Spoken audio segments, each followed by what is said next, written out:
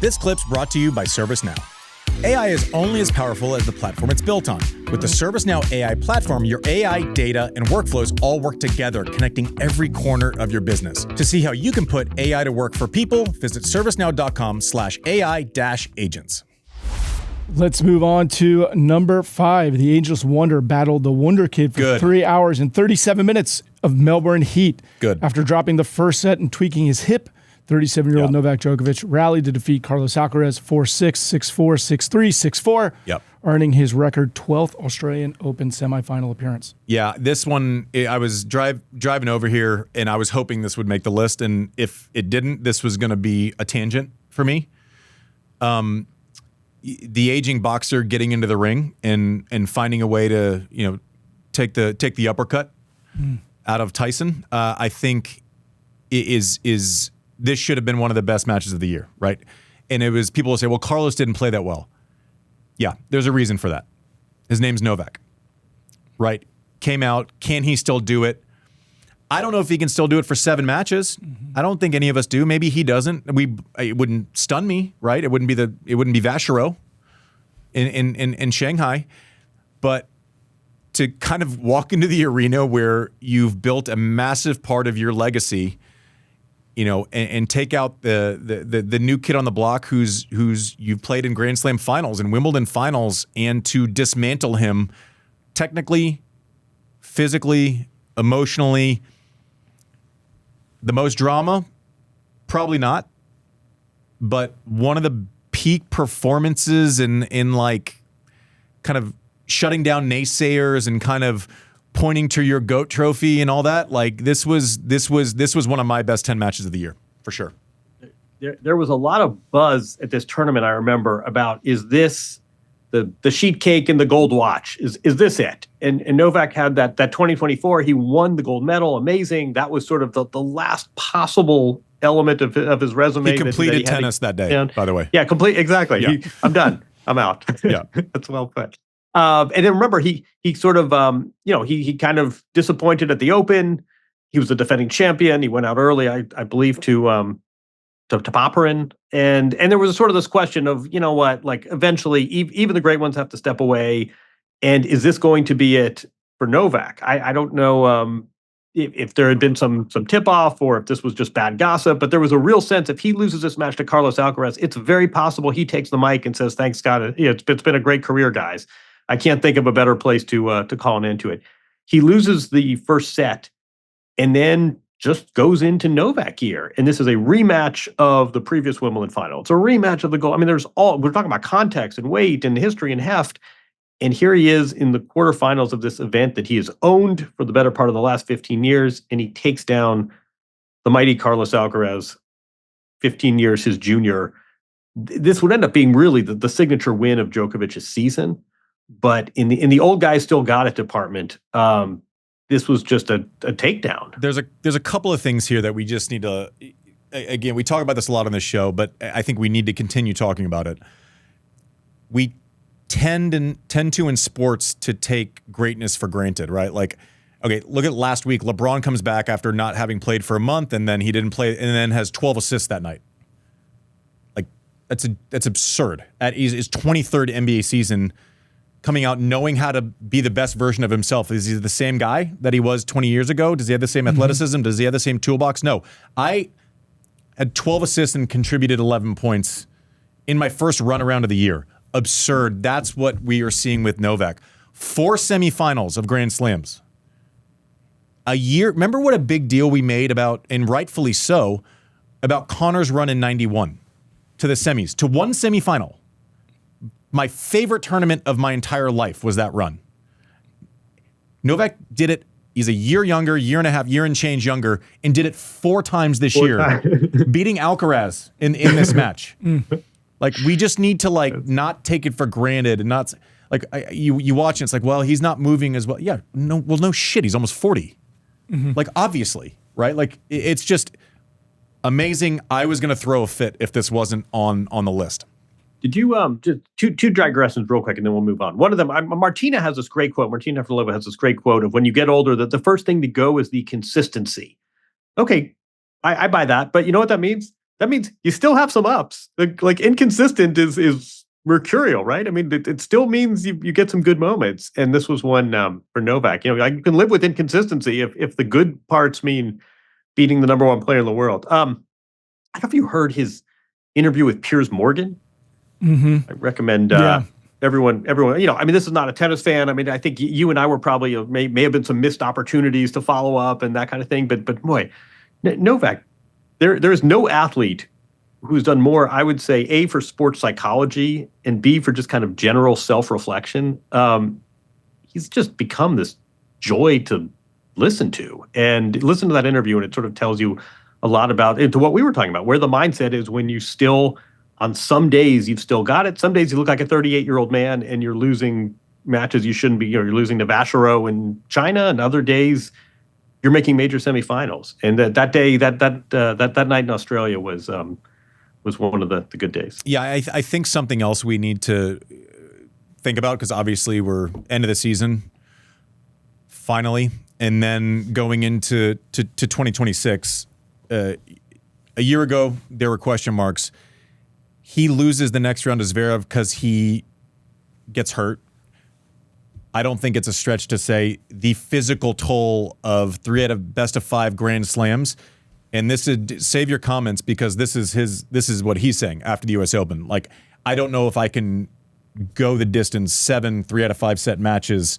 That toll is big. That's a big ask, especially, you take out Alcaraz, and what's your reward? Mm-hmm. You have the guy who's 3 in the world, and then you got to play Sinner, right? That is a brutal ask physically when you're close to 40. It just is something to watch going into 2026. The consistency for semifinals is there, but that's not the consistency of finals and winning that it was before that. But like a superhuman effort year. I know Zverev is ranked 3. I went off last week on people, questioning if he's a good tennis player. No, that's so stupid. But I also don't think it's controversial to say, by a pretty clear margin and not based on volume, Novak was the 3rd best player in the year this year. At number 4, America's Golden Girl conquered Roland Garros in a battle of the world's top 2. Coco Gauff rallied from a set down to defeat Aryna Sabalenka, becoming the first American woman to win the French Open since Serena Williams. That was a fun one. Yeah, I know this was a bit of a wacky match. Coco had been to a Roland Garros final before, so I don't think this was, in no way was this an upset. It was a strange match. It was a rematch, ironically, and actually played out quite similarly to the U.S. Open Coco won. Unfortunately, this match is probably best remembered for Sabalenka's sort of post-match, and she's walked it back and apologized. We should all move on. It's a great win. I mean, ironically enough, it probably got Coco into the Hall of Fame. I don't think anyone was thinking about this while the ball was in play.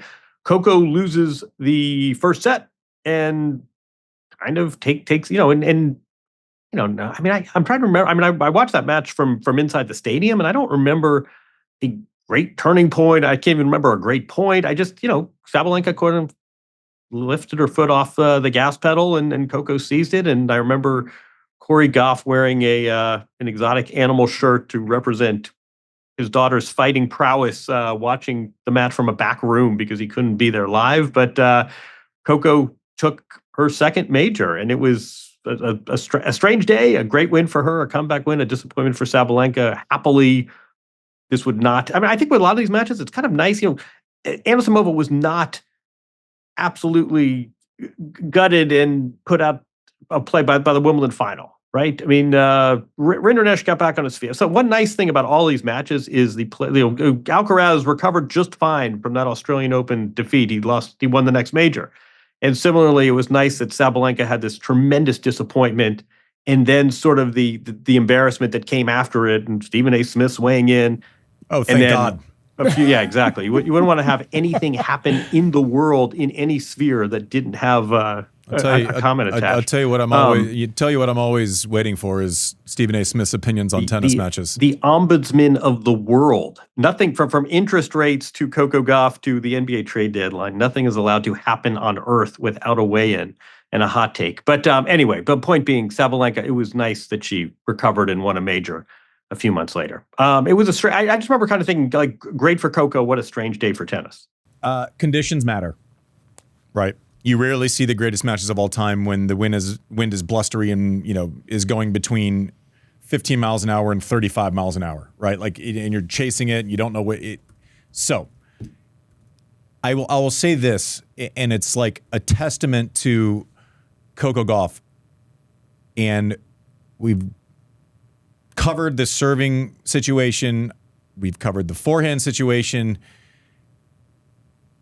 To be dealing with 2 shots like that, and then to take a kind of gross day and somehow being able to manipulate this match into a street fight, a battle of wills, where it's not just Sabalenka's dominance on both sides. And she's done it in both of the Slam finals that she's won, right? She is a 2-time major champion who makes the semis of most events that she enters. And there is still so much upside with her game. We always view it as a negative. It is amazing that what her base offering, even while trying to negotiate around certain parts of her game that aren't working, twice she's won Grand Slams and beaten Sabalenka in the final. There is a skill to making a match gross, ugly, however you want to define it. And there's a certain beauty in its ugliness if you're a true sports fan, right? We would celebrate the Pistons in the early 90s, right? We would celebrate there's no reason why we shouldn't celebrate Coco Gauff the same way. She is so good at manipulating the energy of a match. And also, we all know what we're good at. We all know what we're not good at. Is there anyone better at avoiding what they're not good at, JW? Good way to look at it. That's a skill. Yeah. That's an absolute skill.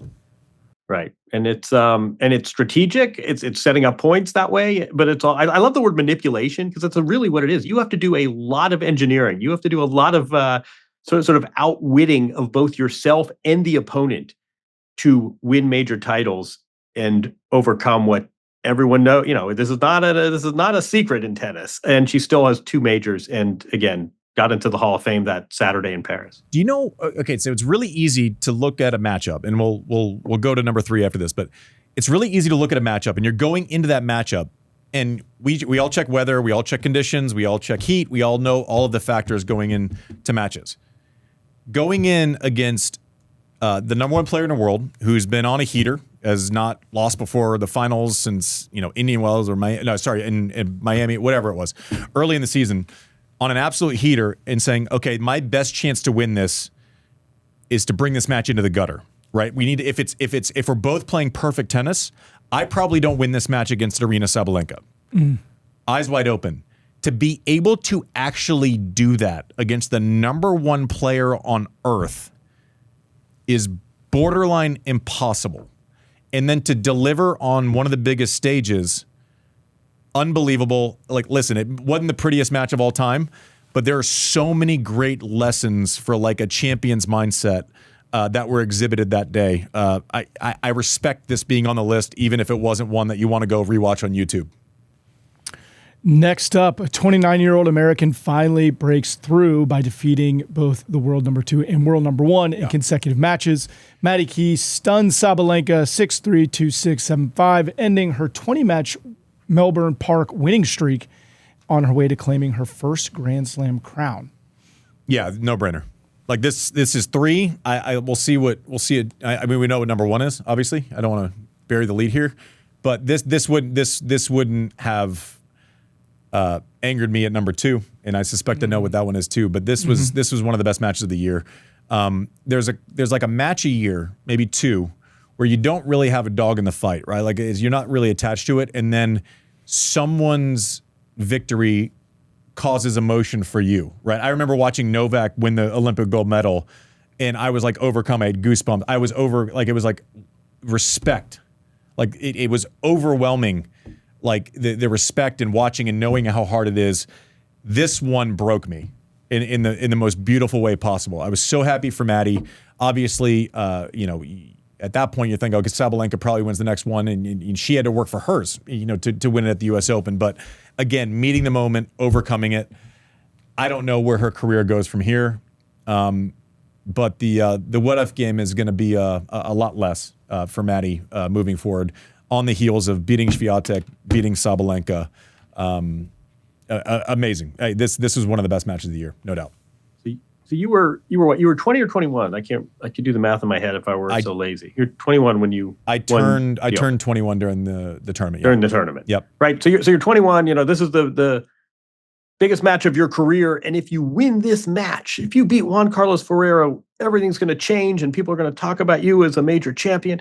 Now imagine going through that a few days from turning 30. All right, you got to the final, you played a great semi, and here you go. 2 out of 3 sets to completely change the way you are perceived in this line of work. This next 90 minutes, next 2 hours is going to define you and your legacy in your sphere of employment. We all love this story. I think we all know sort of Maddie and what she's been through in sports psychology, and the kindness wins. I'm not sure kindness won. This was cold-blooded. I mean, she stood there and went forehand to forehand. So I was thinking, we all love the story, and it's a great sort of, it's a heartstring story. But I think let's focus for a minute on the tennis.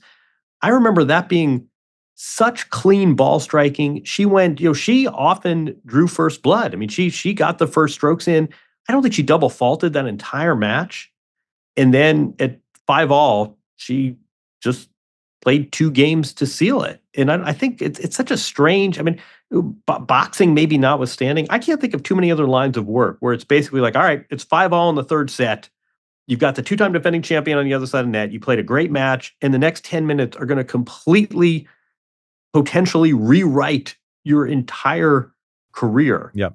That's a lot to confront. Yeah. Listen, I had the benefit of having won one, but as you're walking through this, I can understand a little bit what she must have been feeling, right? I had a flirtation with winning Wimbledon for a long time. 2009, I go in. I don't know if I'm going to do it again. It wasn't exactly, it was a given that I was making slam finals every year anymore. And one of my proudest moments was I went in and played one of the best matches I've ever played, right? He outserved me and we still had a shot. The ending was different. But for Maddie to go in with those expectation sets that you're talking about, and there was just, you could see the mentality. She was not going to strike out looking. She was going to take a swing, right? And props to her. I mean, this was a victory on the basis of the quality of tennis. This was a victory for a human. It was just all parts of it were why we love sports. Madison Keys, if we needed a reminder, she reminded us why we love sports. On to number 2. It comes only 35 days after, obviously, number 1. In the Wimbledon final, Jannik Sinner defeated defending champion Carlos Alcaraz 4-6, 6-4, 6-4, 6-4, ending Carlos's 24-match win streak on grass and becoming the first Italian ever to lift the Wimbledon trophy.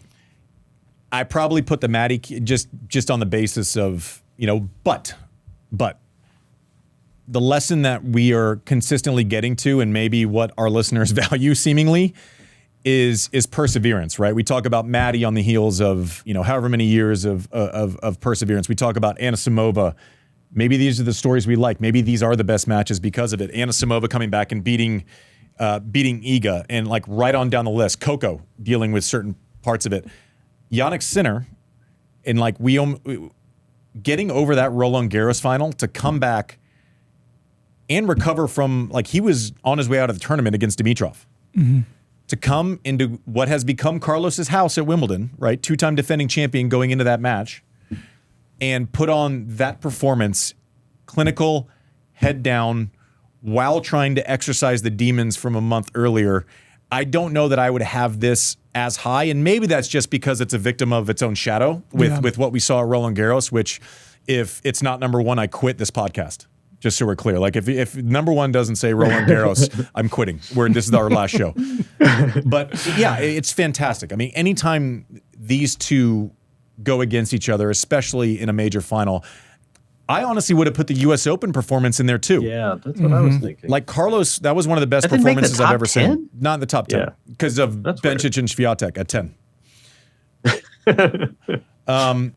I think this is the biggest part of this was, one, an era of greatness just established over and over, and them going at it for the first time at Wimbledon.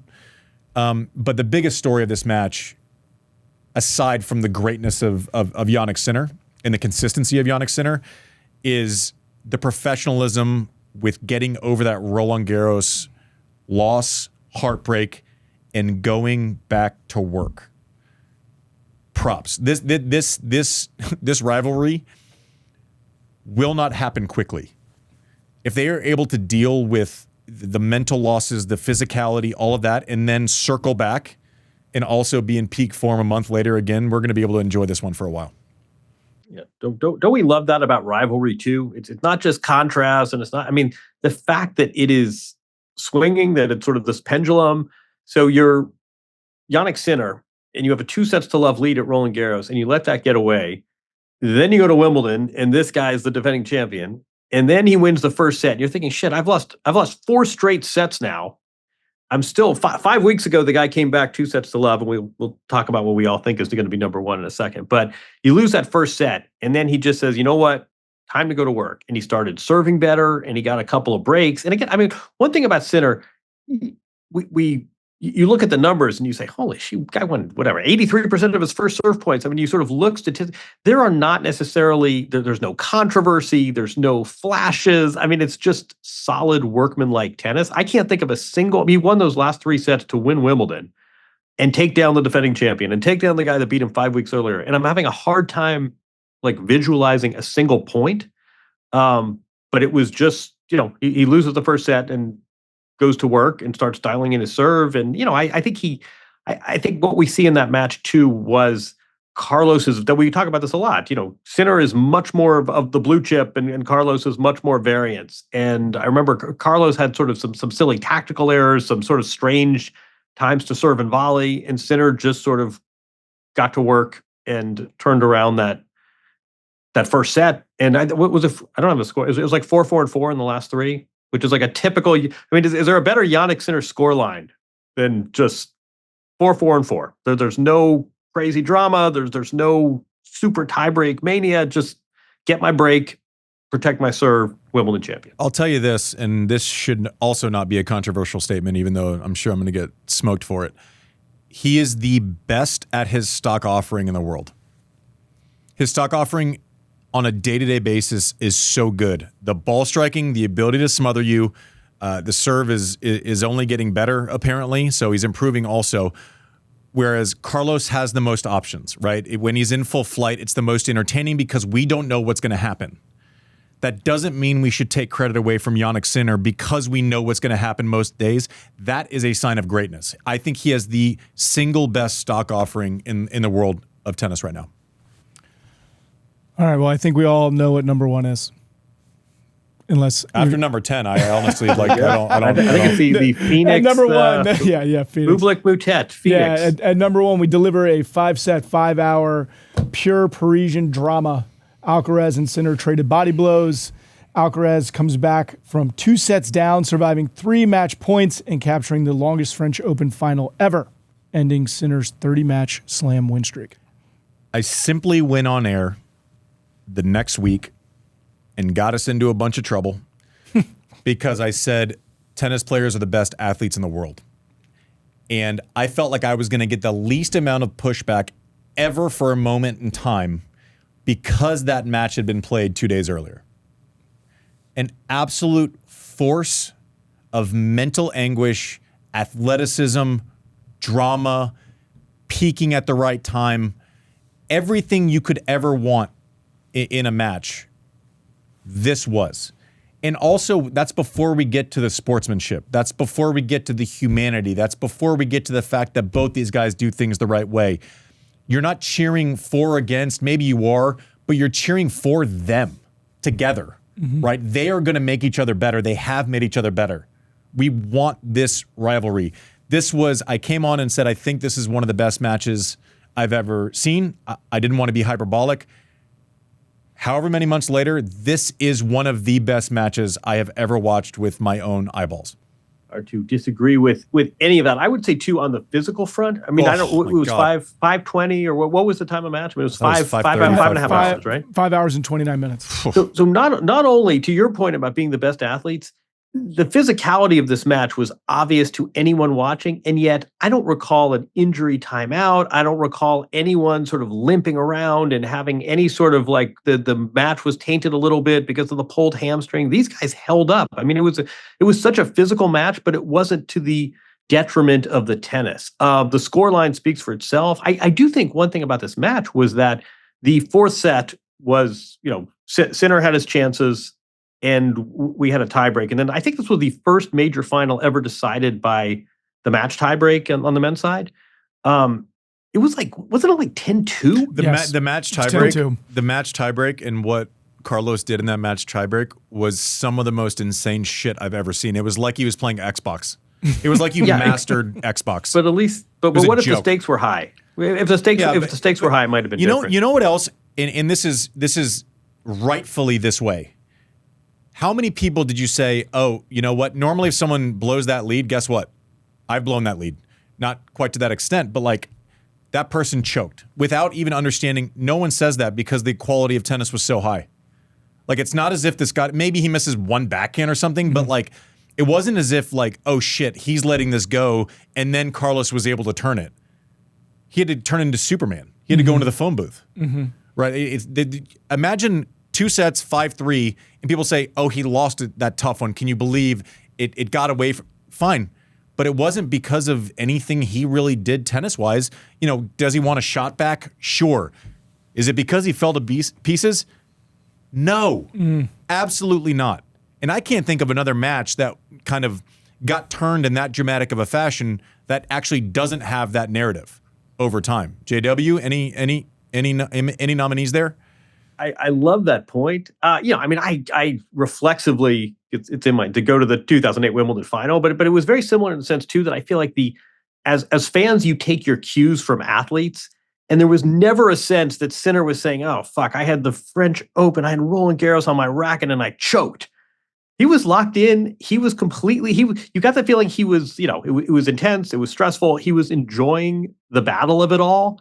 You can't not emote with Alcaraz. I mean, again, he won the fourth set. He won, is this right? 17. He won 17 out of 22 points in the fourth and then fifth set tiebreaks. So this was clutch tennis, but it was also crazy winners as well. And I think watching the athletes, we as media and fans understood the extraordinarily high level and the fact that these were just two guys giving it their best. And this wasn't some great emotional passion play and drama that was going to wreck them. They were enjoying the competition. We did as well. We talked the other day about how you had this crazy stat where they've played whatever it is, 3,300 points, and they have the exact same number of points.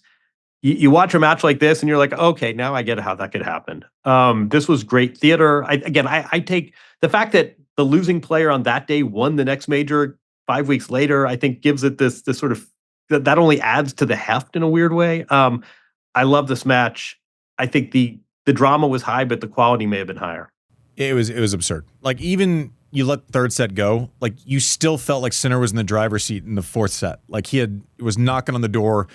And also there's something about when like Alcaraz, I'll say I use this story and it's only to prove a point, right? Like Roger was great. Everyone knows our history. I remember playing him in Madison Square Garden in an EXO. He was coming from Dubai. It was my last year on tour. I wasn't playing that great. Like I was a bit of a dumpster fire. I somehow win the first set. Roger and I are friends, right? We always had a great relationship. I'm on this card because he decided to play Madison Square Garden and probably threw me a bone, right? Like that's why I'm on this thing. And I remember he fought off like 4 or 5 match points in this Madison Square Garden exhibition. I eventually win, but I'm going, this motherfucker. Like he has all the gifts in the world and he's also in survival mode for an EXO that doesn't, like, newsflash, we don't get paid extra if we win EXOs, right? Yeah. I'm going, oh, it was like that. I walked off and I'm like, it's just like, it's absurd the way that, and my point is to see someone who normally doesn't have to go into survival mode seeing them go into survival mode and adapt and do it like an Alcaraz, that's another element of the myth of Alcaraz and the myth of Sinner is like them being uncomfortable, going into a Wimbledon final on a surface that's not native yet and beating Alcaraz. Alcaraz being in survival mode until, this magic of a fifth set breaker. Those are all the moving parts that make these matches phenomenal and the greats who they are.